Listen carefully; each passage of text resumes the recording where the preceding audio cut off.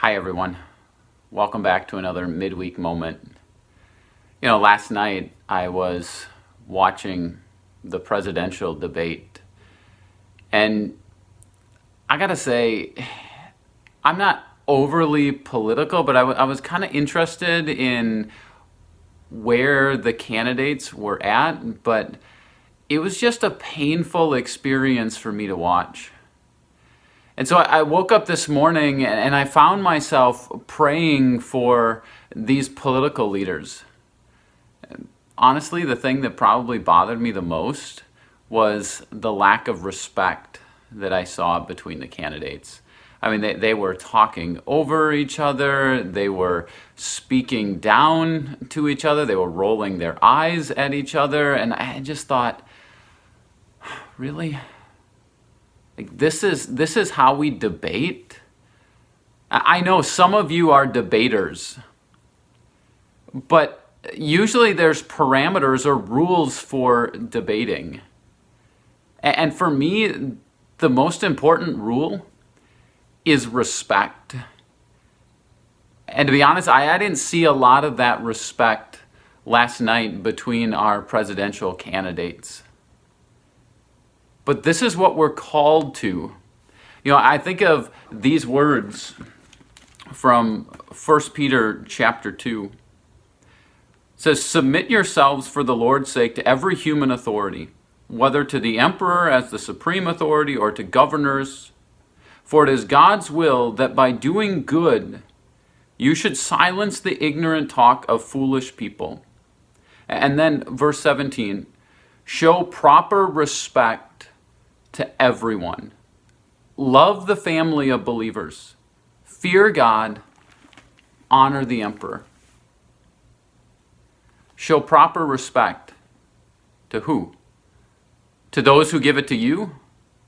To those who are deserving of it? No.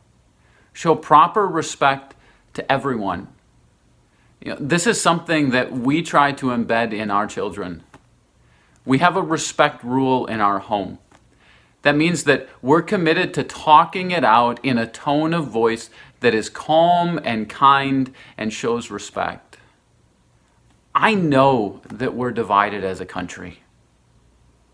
I've been a part of some of those conversations. I've listened in on the side. But we still need to respect each other. And so this is my encouragement to you today. As you engage in some of these political conversations, I know we have differences that we can debate and talk out, but please realize as Christians that we are to show proper respect to everyone, not just those that agree with us, but to everyone. We're to fear God. We're to honor the emperor. And these words in 1 Peter were written with a tyrannical emperor, one who was not in favor of Christianity. And yet they were still told to give them honor and respect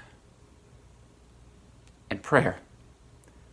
I had a conversation this morning with one of our members, and he said, "Man, right now, our country just needs a lot of prayer," and I can't agree more.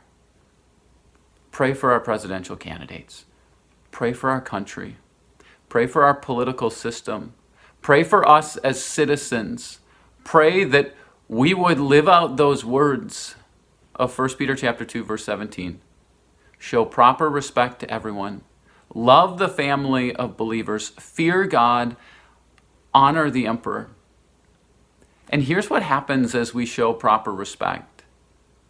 Remember verses earlier, he says that it's God's will that by doing good, you should silence the ignorant talk of foolish people. We go about our lives doing the right thing. We go about our lives seeking to recognize the rule of Christ and his kingdom, which is far greater than the rule of the American kingdom. We live our lives in submission to him. And as we do, we grow in our Christ-likeness, and we witness to Christ to others, so that others might come to know that truth about Jesus, so that others might live under him in his kingdom, and serve him in everlasting righteousness, innocence, and blessedness, as Luther says in his explanation to the second article of the Creed. Thanks for joining me today. I'll see you again next week.